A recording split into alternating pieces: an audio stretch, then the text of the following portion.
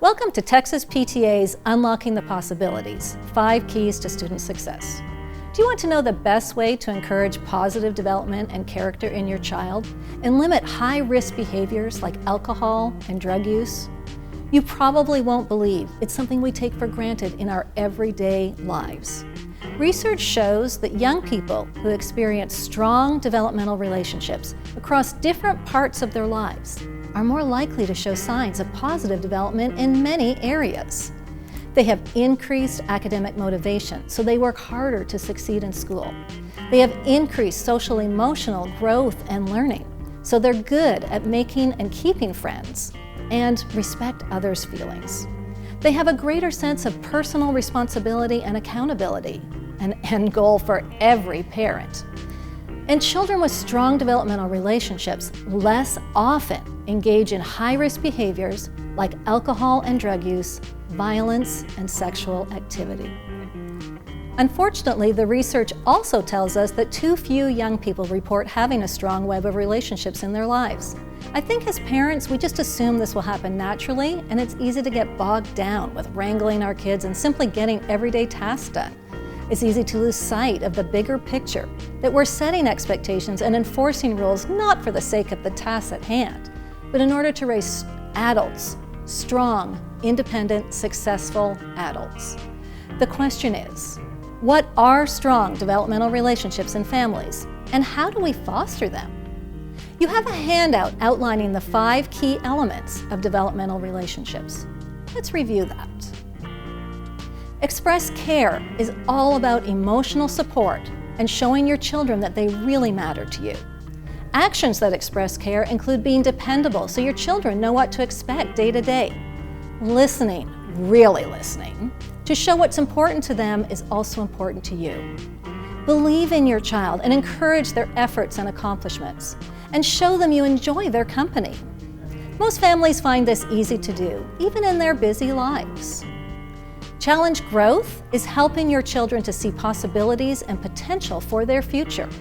In real life, it is setting an expectation for them to work hard to be their best and to challenge themselves to go a little further than their comfort zone. This element has family members holding themselves accountable for their actions and learning from their mistakes, not blaming others. Families are also fairly strong in this element. Where express care was about emotional support, provide support is more about the tangible things we do to guide and encourage our children to complete tasks and achieve their goals. We need to help our children learn to navigate difficult and new situations and empower them with confidence and independence to do so on their own. Of course, we stand up for them when needed, but we want to teach them to stand up for themselves. At the same time, we're encouraging this self-confidence and self-sufficiency. We need to set clear boundaries so they know the limits. Families are not consistent in this element. I think we sometimes find it easier to do things for our children rather than watch them struggle to learn to do it themselves. And let's face it, it can be tiresome to constantly be enforcing limits. But we need to do both. Share power is also a challenge for parents. It's taking your child's ideas seriously and including them in family decisions. We sometimes think we know all the solutions, motivations, and effective consequences and act on that, but when we engage our children in the process, it's almost always more effective than parents trying to resolve all the issues on their own. We also need to find opportunities for children to take the lead within the family so they can become effective leaders outside the family. Now, increased power does not mean equal power. You are still the parent, but increased power should lead to increased responsibility. And when we share power, we're teaching critical life skills, communication, negotiation, problem solving, all wonderful gifts for our children. Obviously, this happens over time as our children mature, but it's never too early to start including your child in making simple choices for themselves and adding to family discussions, or even too late.